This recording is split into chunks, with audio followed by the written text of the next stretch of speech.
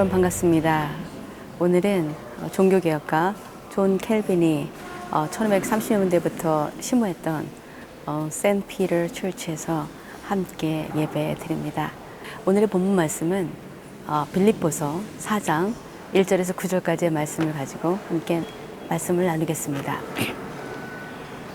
오늘의 본문 말씀이 있는 빌립보서는 신약성경 27권 중에 사도 바울이 쓴 13개의 서신 중에 하나입니다. 사도 바울은 바나바와 함께 안디옥 교회에 파송을 받아 선교 여행을 떠나게 됩니다.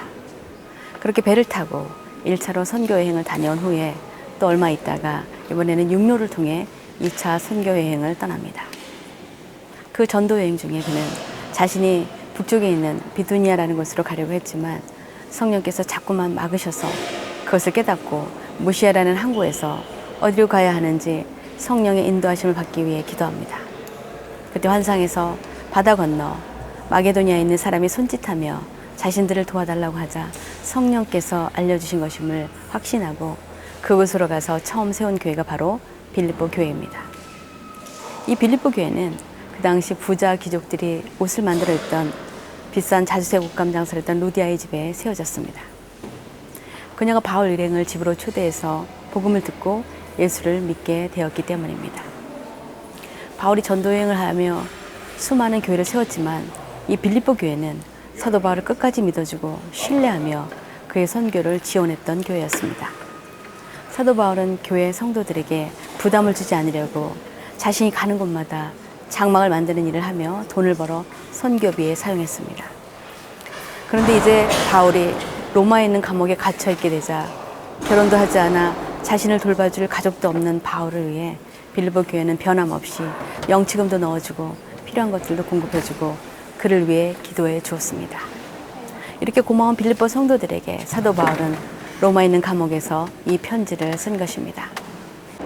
오늘의 본문 말씀 첫머리에 이렇게 그들을 표현한 것을 보게 됩니다. 그러므로 나의 사랑하고 사모하는 형제들, 나의 기쁨이요 면류관이 사랑하는 자들아, 이와 같이 주 안에 서라. 이렇게 갇혀있는 자신에게 선행을 베풀고 믿음의 길을 가고 있는 빌립보 성도들이 바로 자신의 기쁨이요 면류관이라고 표현한 것입니다. 제가 원주민 선교를 다니며 복음을 전했는데 만약 그중 누군가가 목회자가 되어 자신들의 마을 사람들에게 복음을 전하게 된다면 그보다 더 큰 기쁨이 있을까 싶습니다. 그리고 그렇게 복음을 전해받은 원주민들이 신실하게 변함없이 저의 사역을 돕고 기도해주는 기도의 동역자가 되어준다면 얼마나 기쁠까 싶습니다. 그런 동일한 기쁨을 받은 사도 바울이 그 사랑하는 빌립보 성도들을 위하여 오늘의 본문 말씀 4절에서 7절에 이렇게 권면하는 것을 보게 됩니다. 주 안에서 항상 기뻐하라. 내가 다시 말하노니 기뻐하라. 너희 관용을 모든 사람에게 알게 하라. 주께서 가까우시니라. 아무것도 염려하지 말고 다만 모든 일에 기도와 간구로 너희 구할 것을 감사함으로 하나님께 아뢰라. 그리하면 모든 지각에 뛰어난 하나님의 평강이 그리스도 예수 안에서 너희 마음과 생각을 지키시리라. 우리가 살아가는 인생길에는 언제나 기쁨만 있는 것이 아니라 슬픔과 아픔과 애통함과 분노와 고통과 고난이 있습니다. 그리고 알 수 없는 불확실한 미래에 대한 두려움과 염려가 항상 있게 마련입니다. 제가 아는 한 여자분은 경제적으로 여유가 있는데 건강 염려증이 있습니다. 아주 작은 것도 큰 병이 될 수 있다며 늘 걱정하며 불안해합니다. 그렇게 건강을 염려하면서도 그분의 가장 큰 하루의 기쁨은 저녁에 맥주와 치킨을 먹는 것이라고 합니다.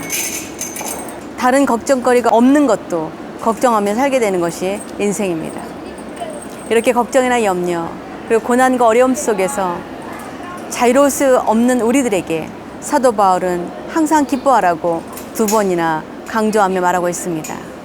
그 이유는 우리가 걱정하는 모든 것들은 우리가 주님께로부터 받은 영원한 생명과는 비교할 수가 없기 때문입니다. 우리가 천국에서 영원히 살 수 있는 것이 확실하다면 지금 우리가 이 땅에서 겪는 고난이나 어려움은 아무것도 아니기 때문입니다. 사도 바울은 복음을 전하다가 로마에 있는 감옥에 갇혀 추운 곳에서 고통당하고 있었습니다. 2000년 전의 감옥은 지금의 감옥과는 비교할 수도 없는 열악한 수준이었겠습니다.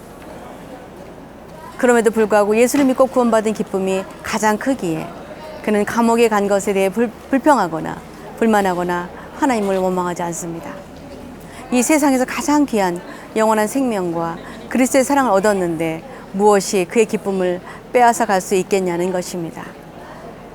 이것에 관해 그는 로마서 8장 35절에 39절에 이렇게 고백한 것을 보게 됩니다. 누가 우리를 그리스도의 사랑에서 끊으리요? 환난이나 곤고나 박해나 기근이나 적신이나 위험이나 칼이랴. 기록된 바 우리가 종일 주를 위하여 죽음을 당하게 되며 도살당할 양같이 여김을 받았나이다 함과 같으니라. 그러나 이 모든 일에 우리를 사랑하시는 이로 말미암아 우리가 넉넉히 이기느니라. 내가 확신하노니 사망이나 생명이나 천사들이나 권세자들이나 현재일이나 장래일이나 능력이나 높음이나 깊음이나 다른 어떤 피조물이라도 우리를 우리 주 그리스도 예수 안에 있는 하나님의 사랑에서 끊을 수 없으리라. 하나님의 사랑이 너무 크기에 그래서 그리스도를 세상에 보내어 죽게 하시기까지 우리를 구원하여 생명을 주신 그 은혜를 받았기에 우리는 그 어떤 상황 가운데서도 기뻐할 수 있다는 것입니다. 이것은 작은 일에도 걱정하고 근심하며 혹시 이 세상에서 지금 우리가 가진 것들을 잃게 될까봐 염려하는 우리들에게, 그리고 생각지도 않았던 고난이나 어려움이나 사업의 실패나 자녀들이나 배우자의 문제로 괴로움 가운데 있는 우리들에게 도전을 주는 말씀입니다. 우리가 당면한 수많은 문제를 바라보는 것이 아니라 눈을 들어 주님을 바라볼 때 우리는 우리의 문제보다 크신 하나님의 사랑을 볼 수 있으며, 또한 그 전능하신 하나님께서 우리의 모든 문제들을 다 알고 계시고 보고 계신다는 것을 깨닫게 됩니다. 그때 우리가 모든 염려를 주님 앞에 내려놓을 때 우리는 자유함을 얻게 되는 것입니다. 그리고 우리는 구원의 기쁨과 주님의 사랑 안에서 온전히 기뻐할 수 있게 되는 것입니다. 둘째로 사도 바울은 너희 관용을 모든 사람에게 알게 하라고 또한 권면합니다. 그 이유는 주님 오실 때가 가까웠기 때문입니다. 일반적으로 관용이란 말은 남의 허물을 너그러이 받아들이거나 용서하는 것을 말합니다. 그러나 이 본문에서의 뜻은 알맞은, 양보하는, 적절한이란 뜻으로 쓰였습니다. 그 이유는 빌립보 교회에 다툼이 있었기 때문입니다. 이것에 관해 오늘의 본문 말씀 2절에서 3절에 이렇게 기록하고 있습니다. 내가 유오디아를 권하고 순두개를 권하노니 주 안에서 같은 마음을 품으라. 또 참으로 나와 멍에를 같이 한 내게 구하노니 복음에 나와 함께 힘쓰던 저 여인들을 돕고 또한 클레멘토와 그 외에 나의 동역자들을 도우라. 그 이름들이 생명책에 있느니라. 자신이 사랑하는 빌립보 교회와 또한 자신을 힘껏 도왔던 두 여인들에게 서로 관용하는 마음으로 양보하고 적절히 이해하고 받아들이라고 한 것입니다. 우리들도 마찬가지입니다. 사람들이 모인 곳에는 언제나 우리 마음에 들지 않는 사람들이 반드시 있게 마련입니다. 선교를 가면 아주 잘 드러나게 됩니다. 특별히 주방을 담당하는 분들의 주장이 늘 강하다는 느낌을 받게 됩니다. 작년에 원주민 선교를 갔을 때 그레이스 집사님이 주방을 책임져 주셨습니다. 그때 함께 한방사역을 위해 가셨던 한의사이시면서 목사님이신 분이 이런 말씀을 하셨습니다. 이번 선교팀은 주방이 참 조용합니다. 그래서 은혜롭습니다. 자신이 함께 선교 다녀왔던 모든 선교지에서 항상 주방에서 큰 소리와 다툼이 있었기 때문에 이번에 그런 것이 없어 참 좋다고 말씀하셨던 것입니다. 한 번은 주방에서 두 권사님들의 의견이 달라 큰 소리가 나자 담임 목사님께서 서로 양보하시라고 하며 한 분의 편을 조금 더 드셨다고 합니다.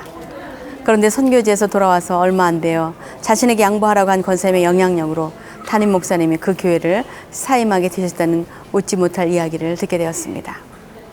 하나님께서 과연 그 선교를 기뻐하셨을까 싶습니다. 우리는 하나님의 선교를 위하여 우리의 목소리를 낮추고 서로를 받아들이고 이해하고 양보해야 합니다. 그래야 하나님의 선하신 뜻을 온전히 이루어 드릴 수 있게 됩니다. 그리고 마지막으로 사도 바울은 빌립보 교회 성도들에게 아무것도 염려하지 말고 다만 모든 일에 기도와 간구로 너희 구할 것을 감사함으로 하나님께 아뢰라고 권면합니다. 그런데 우리는 매일 걱정거리들이 있습니다. 우리 자녀들의 문제, 경제적인 문제, 건강의 문제, 일터와 사업의 문제들, 그리고 부부간의 문제, 연로하신 부모님의 건강 문제 등 염려와 걱정이 전혀 없는 사람은 아무도 없습니다. 늘 여러 가지로 걱정하는 우리들에게 염려하지 말고 기도와 간구로 우리의 필요한 것들을 감사함으로 하나님께 아뢰라고 말씀하고 있습니다. 그런데 이것이 얼마나 감사한 말씀입니까? 사도 바울이 자신의 기도를 들어주신 하나님을 경험하지 않았다면 이런 말을 했을 리가 없습니다.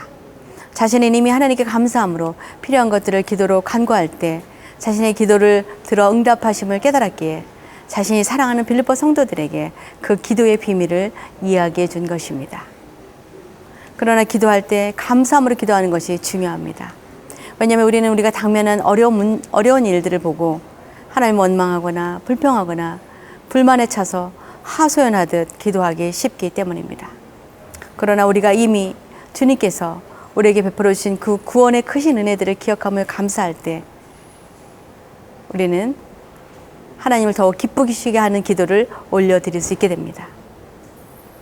저도 기도할 때 가장 뜨거운 눈물이 흐르는 것은 지금까지 인도해 주셨던 하나님의 은혜를 생각하고 감사할 때입니다. 그렇게 지나온 날들 속에서 나를 건져주시고 선하게 인도해 주셨던 주님의 사랑과 은혜를 기억할 때 얼마나 감사한지 눈물이 그치지 않습니다. 그 은혜에 감사한 마음으로 지금 염려하고 걱정하는 모든 문제들도 주님께서 인도해 주시기를 기도할 때 어느새 마음속에 걱정과 근심이 사라지는 것을 경험합니다. 그런데 우리가 걱정과 염려와 불안한 마음이 있으면 잠이 쉽게 오지 않습니다. 저는 불면증이 괴로운 것인지 경험해보지 않았었는데 어느 날 걱정이 많이 되자 쉽게 잠이 오지 않는다는 것을 알게 되었습니다. 그래서 그때 저는 잠을 못 자는 것이 그렇게 괴로운 것이라는 것을 알게 되었습니다. 그렇게 잠이 오지 않는 날에는 잠자리에 누워서도 계속 기도를 했습니다. 그런데 놀랍게도 기도하면 걱정과 염려가 사라지고 마음의 평안을 주님께서 주심으로 깊은 잠을 자게 되었습니다. 우리는 우리 문제를 스스로 풀 수 있는 능력이 없습니다. 하나님께서 개입해 주시고 도와주셔야 가능합니다. 그래서 우리는 기도해야 하는 것입니다. 우리가 그렇게 감사함으로 기도할 때 하나님께서 하늘의 평강을 주시고 우리의 마음과 생각을 지켜주신다고 사도 바울을 통해 우리에게 말씀하고 있습니다. 우리의 삶이 불안하고 걱정과 염려를 많이 하게 되면 우리는 정상적인 삶을 살아가기 어렵습니다. 그래서 쉽게 우울증에 걸리거나 공황장애나 조울증, 불안장애들이 나타나기 쉽습니다. 왜냐하면 우리는 우리가 맞닥뜨리는 문제를 풀 능력도 없고 일이 다시 잘 될 희망도 없어져 절망감과 좌절감, 그리고 분노와 괴로움에 시달리게 되기 때문입니다. 그런데 주님께서 우리에게 오늘 좋은 소식을 말씀해주고 있습니다. 이렇게 여러 가지 문제로 걱정하고 힘들어하는 우리에게 방법을 알려주신 것입니다. 우리에게 닥친 현실이 두렵고 불안해도 우리가 지금까지 우리의 삶을 인도해 주셨던 그 은혜를 감사하는 마음으로 간절히 기도하면 하나님께서 평강을 주시고 우리의 마음과 생각이 흔들리거나 두려워하지 않도록 지켜주신다는 것입니다. 문제는 우리가 기도하면서도 계속 불안해한다는 것입니다. 그것은 주님께서 과연 우리의 문제를 해결해 주시지 않으시면 어찌하나 하는 불신에서 오는 것입니다. 그러므로 우리는 주님께서 성경에 말씀하신 대로 우리가 감사함으로 모든 일에 기도하며 간구하는 것을 들어 응답해 주실 것을 믿고 기도해야 합니다. 그럴 때 비로소 우리는 마음의 평안을 얻게 되고 또한 주님께 모든 것을 맡겨드릴 수 있는 것입니다. 그러므로 우리는 우리가 바라는 소원대로 이루어 달라고 기도하는 것이 아니라 우리가 나아갈 길을 하나님께 맡기고 선하게 인도해 달라고 기도할 때 모든 일이 합력하여 선을 이루시는 것을 보게 될 것입니다. 말씀을 맺겠습니다. 우리는 우리의 현실을 볼 때는 기뻐할 수 없어도 우리를 구원해 주시고 영원한 생명을 주신 주님을 생각할 때 기뻐할 수 있습니다. 왜냐하면 그리스도의 사랑에서 우리를 끊을 수 있는 것이 아무것도 없기 때문입니다. 그리고 우리 주변에 있는 이들을 이해하고 용서하며 받아들이는 관용을 베풀며 살아야 합니다. 그것이 우리를 부르신 하나님을 기쁘시게 하는 일이기 때문입니다. 이렇게 주 안에서 서로 하나가 되지 않으면 하나님의 뜻을 이루어 드릴 수 없습니다. 그래서 우리는 양보하고 적절하게 서로를 받아들이고 주 안에 서로 형제자매로 연합해야 합니다. 그리고 우리가 어렵고 힘든 일들을 만날 때 지금까지 우리를 모든 어려운 일에서 구해주셨던 하나님의 은혜를 기억하고 감사하며 오늘 우리가 구해야 할 것들을 알아야 합니다. 그럴 때 고민하며 방황하며 좌절하고 있는 우리들에게 평안을 주시고 우리 생각과 마음이 부정적이고 극단적인 곳으로 가지 않도록 우리를 지켜주십니다.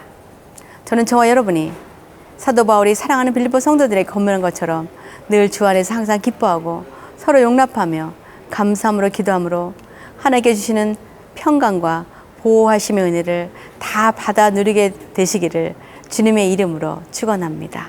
기도하시겠습니다. 사랑의 아버지 하나님 감사합니다. 하나님 우리를 뜻이 있으셔서 이곳에 보내셔서 또 이곳에서 예배드리게 하시니 감사합니다. 하나님 오늘 들은 말씀처럼 우리가 비록 힘들고 어려운 일들 가운데 처해 있다 할지라도 아버지 하나님 감사함으로 하나님께 아뢰게 하시고 또한 우리 마음에 들지 않는 사람들을 서로 받아들이고 용납하며 관용을 베풀므로 인하여 한 마음이 되어 하나님의 거룩하신 뜻을 이루어드리는 공동체가 되게 하여 주시옵소서. 하나님 빌립보 교회를 사랑했던 사도 바울처럼 비록 적은 숫자이나 이 길르의 교회가 하나님의 뜻을 온전히 이루어드리는 교회가 될수록 축복하여 주시옵소서. 주신 귀한 말씀을 감사드리며 교회의 머리가 되시는 그리고 우리에게 참 평강과 은혜를 내려주시는 예수 그리스도를 받들어 기도합나이다. 아멘.